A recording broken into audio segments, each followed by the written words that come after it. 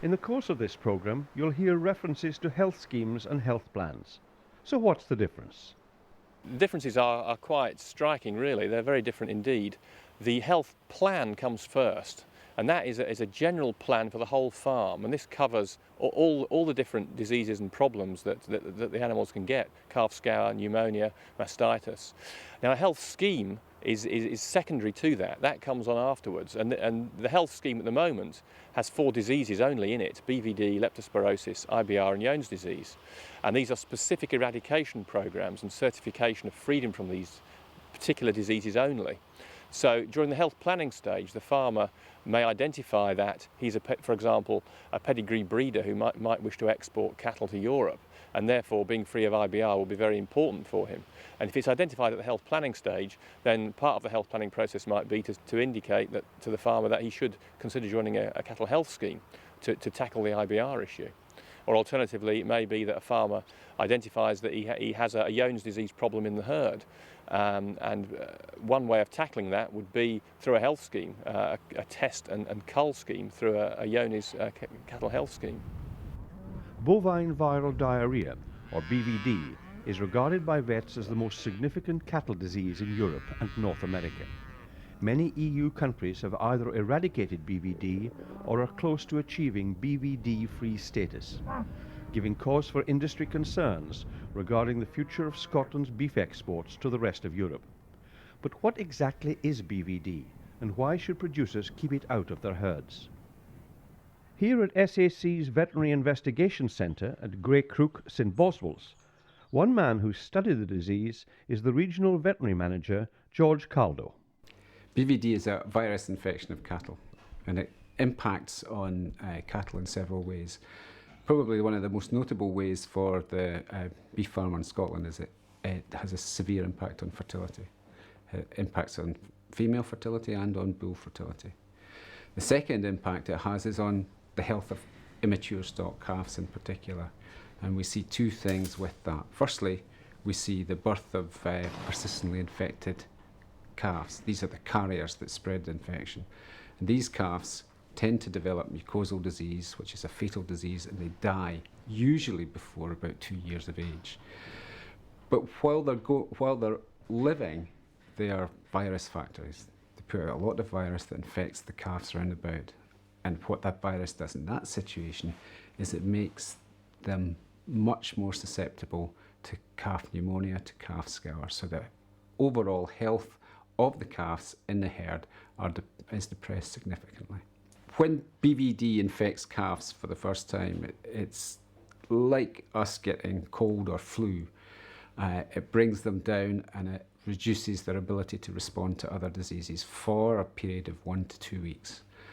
And if there is calf pneumonia or calf scour circulating in the group at that time, then it will make the whole thing worse or trigger a severe outbreak. The way to control BVD is to be aware of the risk factors that you're exposing yourself to. So it's a biosecurity approach in the first instance. Keep it out. And there are clearly financial benefits if BVD can be eradicated from our herds. The financial pluses go right across the board with the production system. You'll see improved fertility, improved male fertility, improved female fertility, improved calf survivability. Added to that, there will be none of the disasters that periodically happen when BVD comes into a herd that hasn't seen it for a long time and you get large numbers of virus-positive calves born. We see 1 or 2 of those outbreaks every year. And what happens in that situation is that the calf crop's almost a total write-off, 50% calf loss. There's not too many people can cope with that sort of loss on a one-off basis. In order to make sure that you don't fall into any of the biosecurity pitfalls, what I see is that biosecurity programs should be put together with you and your vet for your individual situation, so that it's tailor-made for the farm and takes in the particular risks that your herd's exposed to. Our SAC researchers have carried out modelling exercises on BVD, which show that over a 10-year period, a 100-cow suckler herd is going to lose about £45,000. So you could say that's the probability that you would be saving that degree of money with a control programme. there's clearly spend cost involved in that too that you've got to defray against that. The other issue about prevention and control is that you stop the disasters happening, so that you actually cut out these situations where you suddenly find that you've got 50% of your calf crop absolutely useless. So BVD control can be looked on in terms of an insurance policy. We've heard from George Caldo just how devastating BVD can be to a beef cattle enterprise. Viruses, like BVD, are tricky. Unlike, say, an injury or a swelling, even a sick animal, you can't see a virus. And even some farmers who have been aware of the risks of BVD have been badly caught. James Guthrie, who runs an autumn calving herd of 70 cows on his farm in Glenisla, near Blairgowrie in Perthshire, has found this out the hard way. Once he realised he had a health problem with his stock, James, who farms with his father David, contacted his local vet, Gillian Clark, from the nearby practice in Blairgowrie. His tale of woe began with the purchase of 8 heifers. One died, but the story didn't end there. This heifer started to calve August, September 04, and the first one, unrelated to BVD, had a cesarean where the calf died.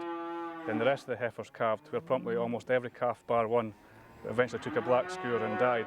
And the last calf, remaining calf, we decided not to sell it because we had them all tested for BVD, and we put it to the killing house as well, where we sold it for almost half price of what we would normally sell our heifer calves. So from the original 8 heifers that you bought in, what were you left with? One calf to sell at the end. So how did you feel about that? Oh, not very impressed at all. It was, we were looking at a heavy loss just in the first year of these heifers alone. Plus we were worried that we'd brought in BVD in our own herd. As it proved, we probably had the BVD here in the first place and the heifers had come in clean, but we didn't know at the time until we tested and found out what was going on in our herd. It was a very worrying time for us all. Gillian, in an ideal world, if you could turn the clock back, what should James have done? Well, it first would have been a good idea to have sourced his replacement heifers from a local respected herd where we knew that there wasn't a problem. And then it's always wise to isolate new stock and assess the status. And then with not knowing what the BVD status was on the herd, if the heifers had come up as naive to BVD, which is what we expect probably would have happened, then we would have advised a vaccination. Now the policy for James Guthrie is to vaccinate his cows once a year before they go to the bull. And BVD can also have a significant impact on young stock, especially if they don't come from naturally immune or vaccinated mothers. Then they can be susceptible to BVD and immunosuppression, leading to pneumonia and scar. James Guthrie is taking no chances. Well, we'll vaccinate all the cows now for BVD. We'll be doing that every year. New heifers that come in, we'll be buying heifers with calf at foot this year. They'll go into isolation where we'll test them for BVD to see if they have it, and then we'll vaccinate them thereafter before they go into our own herd to make sure they're all safe. Gillian, is that the correct protocol for anybody buying in stock? Absolutely, yes, absolutely. Anybody buying in any stock, but particularly when it's replacement heifers coming into a herd, whether or not you know the BVD and other status of the herd, it's always a good idea to isolate bought-in animals, have them health screened for various diseases so that you can assess their status and take appropriate action, whether that be vaccination or whatever.